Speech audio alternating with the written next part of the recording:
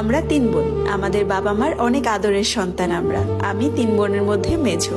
আমাদের 3 বোনের জন্য কোনো কিছুতে কোনো কমতি না হয় আমাদের খুশির জন্য আমাদের বাবা প্রবাসে পাড়ি জমান। আজ থেকে 7 বছর আগে আমার বাবা বিদেশে চলে যান, কারণ আমরা ছিলাম মধ্যবিত্ত ফ্যামিলির। আমাদের যেন 3 বোনের কোনো রকম কোনো কষ্ট না হয়, তাই তো তার এই সিদ্ধান্ত।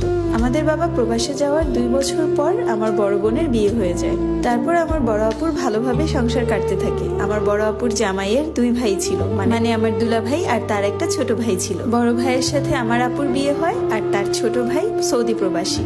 একদিন আমার আপুকে তার দেবর বলে যে, ভাবি আপনার মেজো বোনকে তো কখনো দেখা হয়নি, ওর কথা তো সবসময় বলেন, ওর একটা ছবি পাঠান তো আমার কাছে। তখন আমার বোন আমার একটা ছবি পাঠায় ওনার কাছে। আর আপুর দেবর আমাকে এক দেখাতেই ভালোবেসে ফেলে, মানে তার কাছে নাকি আমাকে অনেক ভালো লেগেছে। আমার আপুকে বলে, ভাবি আপনার বোনের শুধুমাত্র আমার সাথেই বিয়ে হবে, ওকে আর কোথাও বিয়ে দিবেন না, ওকে আমিই বিয়ে করব।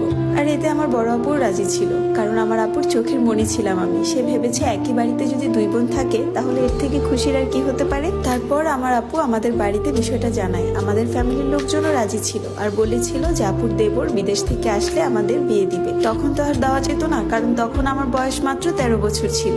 কিন্তু এর মধ্যে আমি কিছুই জানতাম না। আপুর বাসায় আমার প্রায় সময় যাওয়া আসা হতো, কারণ আপুর একটা ছেলে বাবু হয়েছিল এর মধ্যে, আর ওই বাবুটাকে আমি অনেক আদর করি। তাই আপুকে এবং আপুর বাবুকে দেখার জন্য প্রায় সময় তাদের বাড়িতে চলে যেতাম। এরকম একদিন আমার আম্মু আর আমি মিলে আমার আপুর বাড়িতে যাই, কিন্তু আমার আপু তার শাশুড়িকে নিয়ে হাসপাতালে যাওয়ার কথা। আমার কাছে বাবুকে রেখে আর মোবাইলটা রেখে সে তার শাশুড়িকে নিয়ে হাসপাতালে যায়। মোবাইল রেখে যাওয়ার কারণ আপুর বাবুটা খাবার খাওয়ার সময় মোবাইল না দেখলে খাবার খেতে পারে না। যখন আমি ওকে মোবাইল দেখিয়ে খাওয়াচ্ছিলাম, ওই সময় আপুর দেবর একটা ফোন দেয়, ভিডিও কল। ফোনটা রিসিভ করে বাবুর সামনে দিলাম। সে বাবুর সাথে কথা বলতে বলতে সাইড থেকে বলল যে, আপনি কি ভাবির মেজো বোন? তখন আমি বললাম যে জি।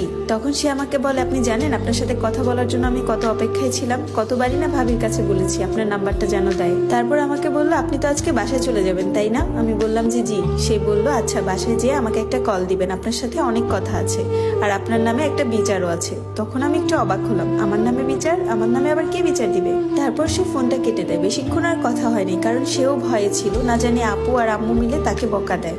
আর বেশিক্ষণ কথা বলাও যাচ্ছিল না, কারণ তার কাজের সময় হয়ে গেছে। বাড়িতে এসে আমার খুব আনচান লাগছিল, আমার নামে কে বিচার দিল তাকে? তাই তো তাকে একটা ফোন দেওয়ার চিন্তা করছিলাম।